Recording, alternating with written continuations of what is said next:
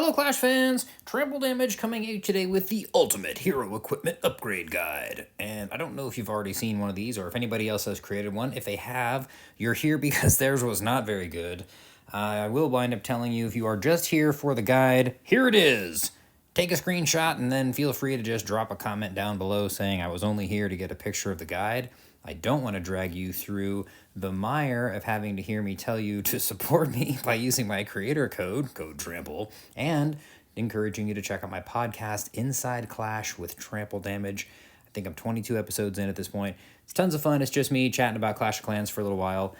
So we start talking about the equipment. It is probably not only the coolest thing that has happened in Clash of Clans for a long time, but it is also one of the most confusing things that has happened in Clash of Clans for a long time.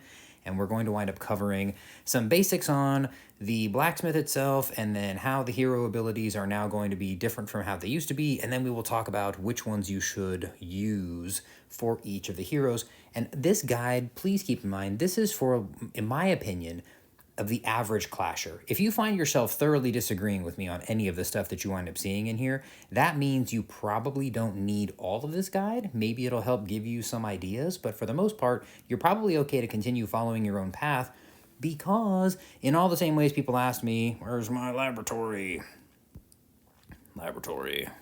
There it is. People said, oh, trample damage. They said, trample damage, what should we upgrade first in the lab? And I said, well, it depends on who you are. I'm excited about the Dragon Rider, and now I have it maxed, and the Root Rider, now I have it maxed. I'm also very excited to get my dragons and my balloons upgraded, so I will start with those. I'm not a queen charge guy lately. I haven't done queen charges really much since Town Hall 12 when I used to run queen charge mass hogs. If I was a queen charge person, hey, the healer would be one of the first things that I wind up upgrading because, you know, healers are cool and they're going to help keep your archer queen alive for a longer period of time. But, or if I was an E-Drag person, like big on E-Drags, I'm not. I love Electro Dragons. They're incredible. I just don't happen to wind up using them very often. So, this guide is what I will say is for the average clasher who doesn't spend way too much time playing Clash of Clans trying to figure out this stuff. So we're going to give you some pointers on how to walk through, and if you already have more advanced, better notions, first off, share them in the comments down below. I'd love to hear it, but maybe this guide isn't necessarily going to help you because you already have a good idea of what you're interested in and what you're looking for.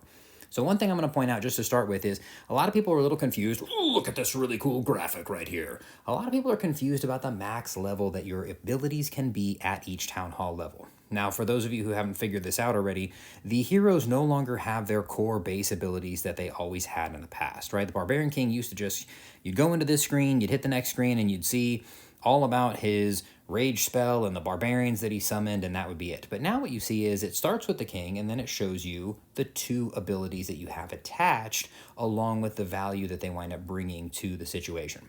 Now, for the base abilities, let me hop back over here to the equipment. For the base abilities, like you'll see here for the Barbarian Puppet, I have a level 15 for my Barbarian King, and I have for the Rage Vial also a level 15.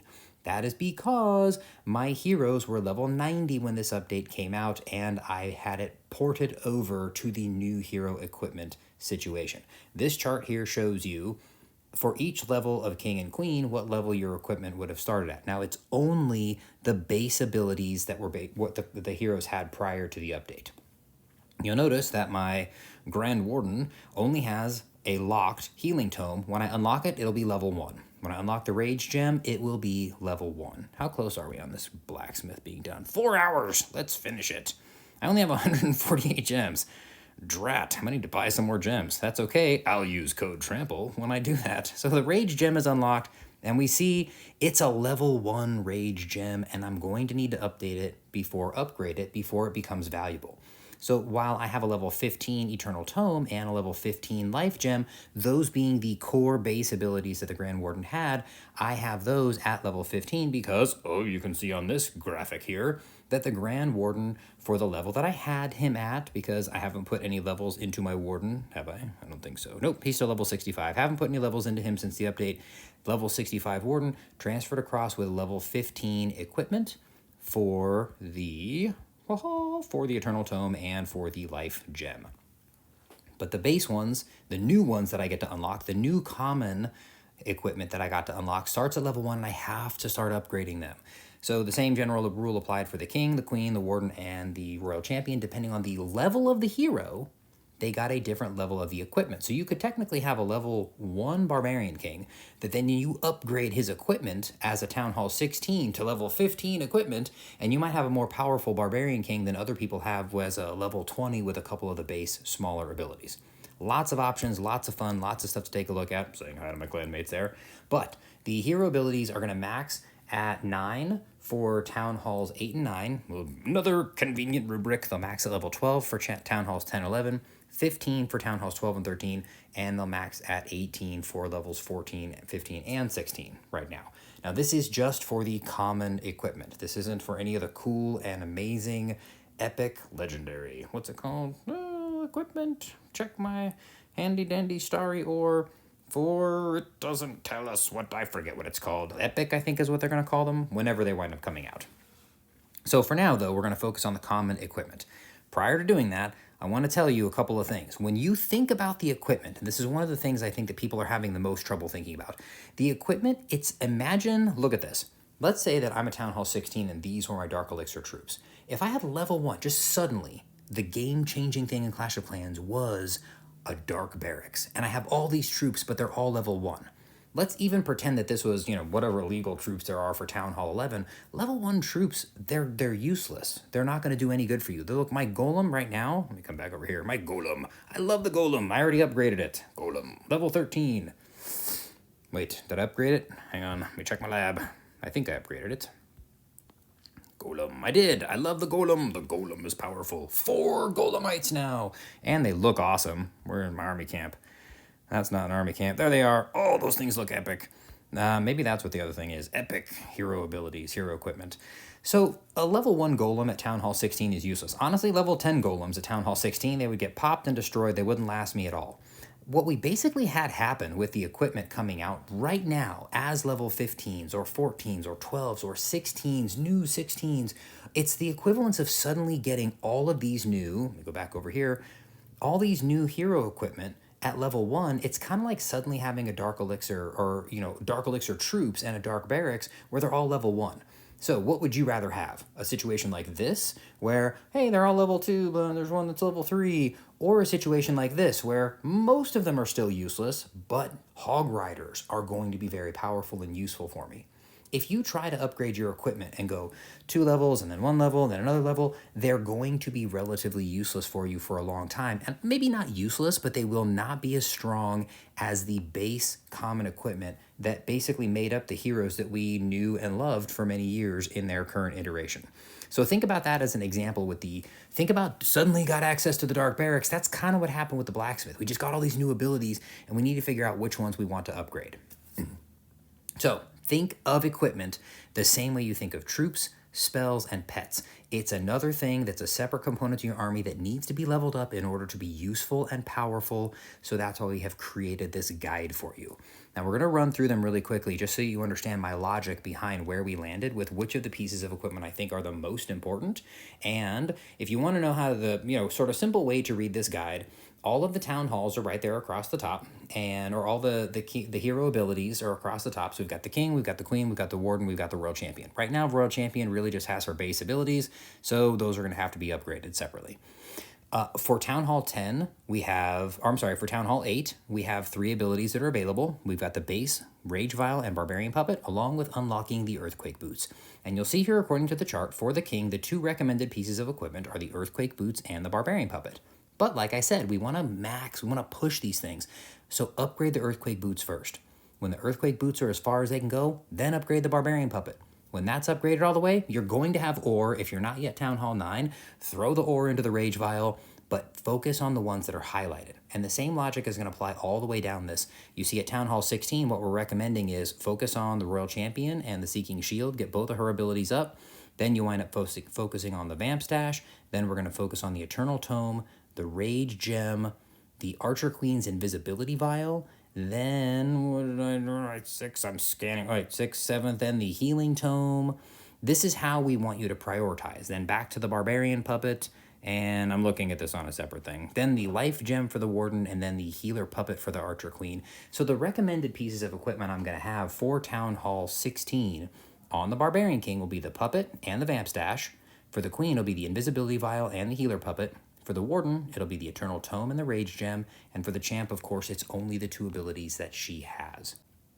I will tell you why I think these abilities are the most important ones to have for each of your individual heroes.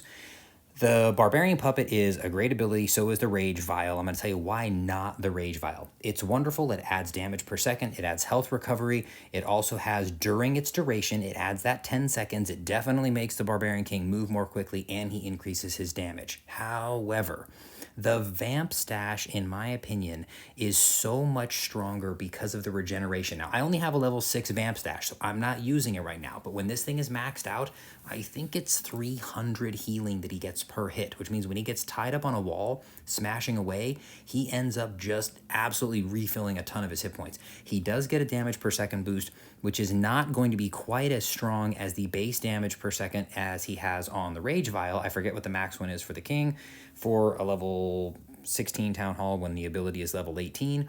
But his ability, and you can see here, I'm breaking my rule. I have the Earthquake Boots at level 5.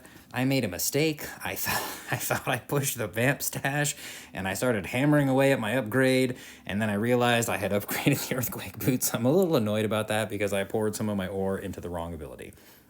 So for Town Hall 16, when I think about the average player, where the Barbarian King is a tank who is trying to distract and deal some damage, the ability that you get from the extra barbarians, do not underestimate how much power 40 barbarians bring to the fray. Of course, I know what you're going to say is trample damage every time I trigger it, they hit a giant bomb. Yes, I know it happens, but do not underestimate the power of those barbarians, in addition to the health recovery and the base hit points that are going to wind up coming on that big, gigantic Barbarian King body.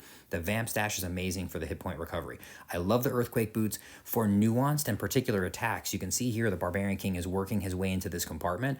They used it too early. But let's say he destroyed the gold mine, and then the air defense, and then the archer tower, and then the other gold mine, and then he comes back out of that compartment to go do something else. Well, instead of waiting, you could trigger it right as he engages that gold mine, and it will open him up to head into the next compartment. Earthquake Boots are amazing, but they are a little bit more of a niche type of thing. They're used to get into the outside of the base. Sometimes they're used to get into a specific compartment, but having a good beefy Barbarian King that's going to support your army by staying alive longer with his regeneration, that is why we are prioritizing those number 1. The Archer Queen. The Archer Queen puppet, super cool. I love it. It's a wonderful ability, and it's something that I recommend using on the Archer Queen until you hit Town Hall 12, and we do have access to the healer puppet. In my practice, what I've been seeing, the archers do have tiny little bodies on them. Their number of hit points is so small, and they just don't wind up packing as much of a punch, honestly, as the benefit you get when this is upgraded and you're getting 2 or 3 healers coming out in the middle of the base, oftentimes nowhere near a giant bomb, or nowhere near a seeking air mine, or nowhere near an air defense, and it is just going to help keep that queen alive longer. I will probably never wind up recommending we get rid of the invisibility vial. In all the practice that I've had, again, except for niche attacks, you use the Archer Queen with the giant arrow, which is super cool, by the way. The giant arrow is awesome. All the way across the map, deals a ton of damage. You can wreck all kinds of stuff.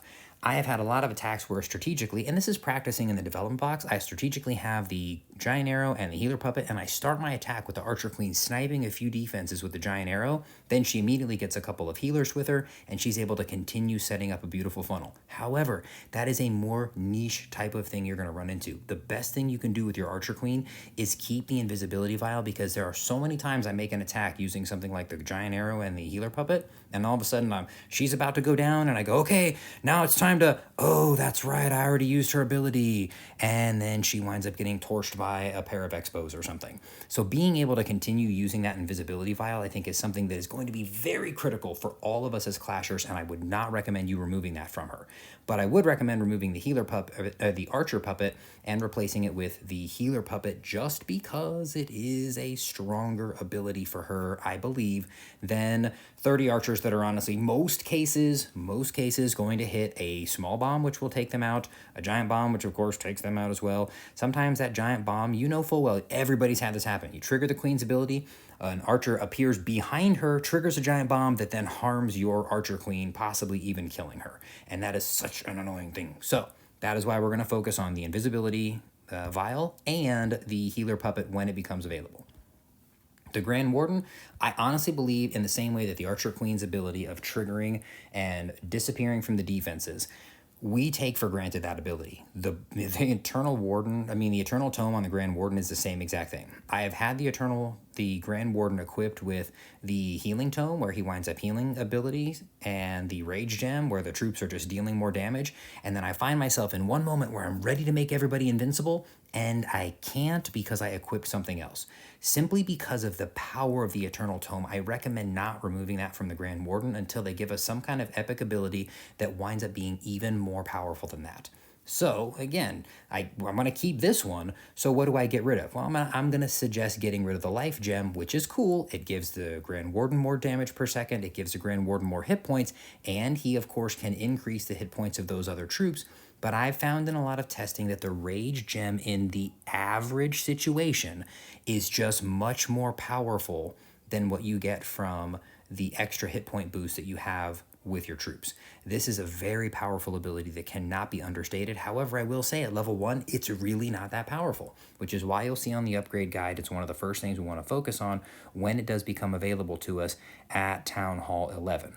It's the Life Gem and the Eternal Tome are great, but we want to get the Rage Gem up. And once we start getting into Town Hall 13, that's when I start saying the Rage Gem becomes more powerful, because there are just more splash defenses, there are more difficult things to encounter, and that Rage Gem becomes incredibly powerful.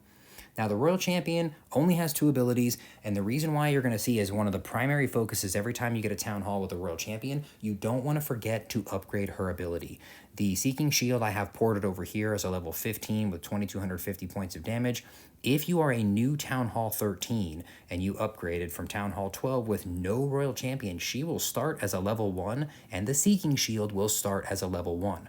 She will have the ability right away, but it's going to deal substantially less damage than it does right now, and there isn't going to be a whole lot more you can do with it until you start upgrading it, because we no longer get that boost of every 5 levels getting to see the heroes increase their abilities. There are so many nuances. There are going to be so many pieces of equipment that come over the years, but in the beginning, particularly because of the confusion of we're all just dropped in with a couple of abilities that are, I'm telling you, a level 15 Archer Puppet is much better than a level 1 Healer Puppet. A level 15 Invisibility Vial is much better than a level 1 Giant Arrow and a level 1 Healer Puppet. Right now, I still have my Barbarian King equipped with the Barbarian Puppet and the Rage Vial, because until these abilities get up a little bit higher, I'm not going to wind up equipping them. And to be honest, you'll see on the far right-hand side of the upgrade guide, until I wind up getting this thing up to level 12, I'm not going to use it, because up to level 12, this is really going to be better for me to just keep the traditional Rage Vial because of the statistics that he's getting in terms of health recovery, damage per second, and of course, that raged ability. If you disagree with anything in here, please comment down below and let me know. I am 100% open to hearing the feedback. As new pieces of equipment, epic equipment comes out, yes, this is going to wind up changing scope, but if you wind up missing whatever the event is, you don't get a hold of that piece of equipment, this is going to be a great thing to fall back on, because at the end of the day, these hero abilities have been what has driven the power of the heroes for many years, and honestly, will continue to do so for years to come, and you'll find yourself constantly falling back on some of these base core abilities. But as you wind up upgrading these common ones, make sure to just take a look at this chart here, see what I've recommended. If you have what you feel like is a better idea for you because of the types of armies that you use or the types of abilities you want to try out, absolutely go for it. This is just kind of like the easy, straightforward, follow this guide, you're going to get the best average ability that you're going to have for your heroes, knowing that for niche armies or special attacks, you definitely are going to have an opportunity to change them as you go. Right now, we're all going to be upgrading as quickly as we can, but it's going to take us a while, in the same way that if we just got that level 1 level 1 troops with the Dark Barracks and we had to upgrade all of them, it's going to take time to get us into better armies and more powerful troops, but eventually we will get them all upgraded and we'll be able to pick and choose as much as we want. But for now, focus on these abilities and make sure that this is how you are approaching the development and the usage of your ore. Thank you so much for hanging out. Please share this with one of your clanmates, friends, family, whomever, if you did enjoy it. Comment down below, like the video. Please share it with at least one person. If you're not following me on TikTok, make sure to follow me on TikTok. That's my biggest platform. Check out my podcast, Inside Clash. It's a lot of really great commentary from me, Trample Damage. Hey, I got a Christmas tree. Yay, I got a Christmas tree. So yeah, you check out my podcast, Inside Clash. It's wonderful. Follow me anywhere that I post stuff on social media, and of course, always, wherever possible, if you're not using my creator code, use somebody's creator code. If you're watching videos on YouTube, if you're listening to podcasts, if you're looking on if you're using Clash Ninja's tool, if you're doing anything that is involving the work that these creators do, even if it's not mine, please use somebody's code. We really appreciate it. I don't do this for a living. This is a hobby for me, but hey, it's an expensive hobby, so I appreciate all the support. Thank you so much for watching. We will check you guys out on the next video.